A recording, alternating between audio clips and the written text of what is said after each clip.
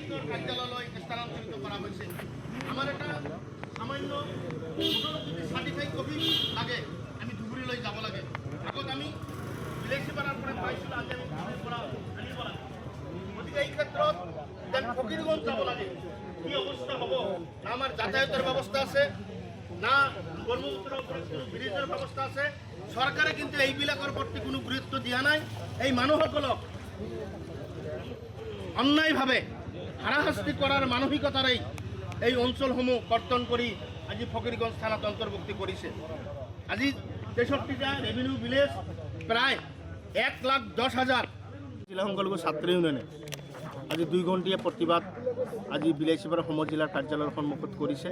আজি আমচুৰ দাবী হৈছে, যোৱা কিছুদিন আগত অসম চৰকাৰৰ গৃহ বিভাগে ৰাজ্যপালৰ দ্বাৰা এখন নটিফিকেশ্যন জাৰি কৰিছে যে আজি চাপৰ থানা এলেকাৰ কিছু সংখ্যক গাঁও, আজি বিলাসীপাৰা থানাৰ অন্তৰ্গত কিছুসমূহ গাঁও, গৈৰীপুৰৰ থানাৰ অন্তৰ্গত কিছুসমূহ গাঁও কৰ্তন কৰি আজিৰ বিচিং জৰুৱা সমষ্টিৰ অৱস্থিত ফকিৰগঞ্জ থানাত তেওঁলোকে অন্তৰ্ভুক্তি কৰিছে। আজি এই গাঁওসমূহৰ মাটিকালি আজি 63টা ৰেভিনিউ ভিলেজ, প্ৰায় 1,10,000 জনসংখ্যা, এইসকল মানুহক কৰ্তন কৰি ফকিৰগঞ্জত অন্তৰ্ভুক্তি কৰিছে। আজি আমাৰ দাবী হৈছে যে এই অঞ্চলৰ মানুহখিনি যদি ফকিৰগঞ্জত যাব লগা হয়, মাজত এখন ব্ৰহ্মপুত্ৰ নদী আছে, নদীখনত কোনো যাতায়াতৰ ব্যৱস্থা চৰকাৰে কৰিব পৰা নাই। আজি নাৱেৰে যাতায়াত কৰিব লাগিব। এই অঞ্চলৰ মানুহ কিবা এটা ভেৰিফিকেশ্যনৰ কাৰণে ফকিৰগঞ্জ যদি যাব লগা হয় 3 দিন আপ ডাউন কৰিব লাগিব।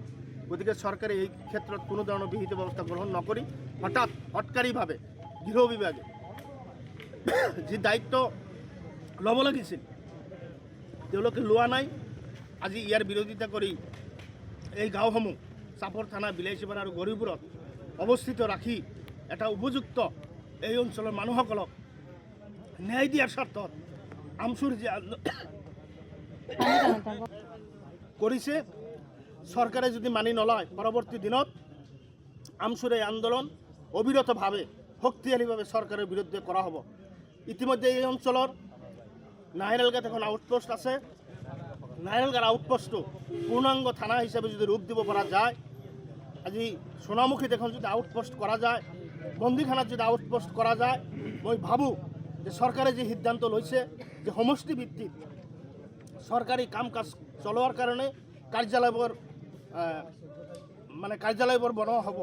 এই ক্ষেত্ৰত বিলাসীপাৰাৰ গাঁওসমূহ কৰ্তন কৰা, চাপৰৰ গাঁওসমূহ কৰ্তন কৰা, গৌৰীপুৰৰ গাঁওসমূহ কৰ্তন কৰা, যদি এই অঞ্চলতে যদি পূৰ্ণাংগ পৰ্যায়ৰ এখন নতুন থানা স্থাপিত কৰি ৰাইজসকলক যদি ন্যায় দিয়ে, তেতিয়া আমি নিশ্চয় চৰকাৰক ধন্যবাদ জনাম।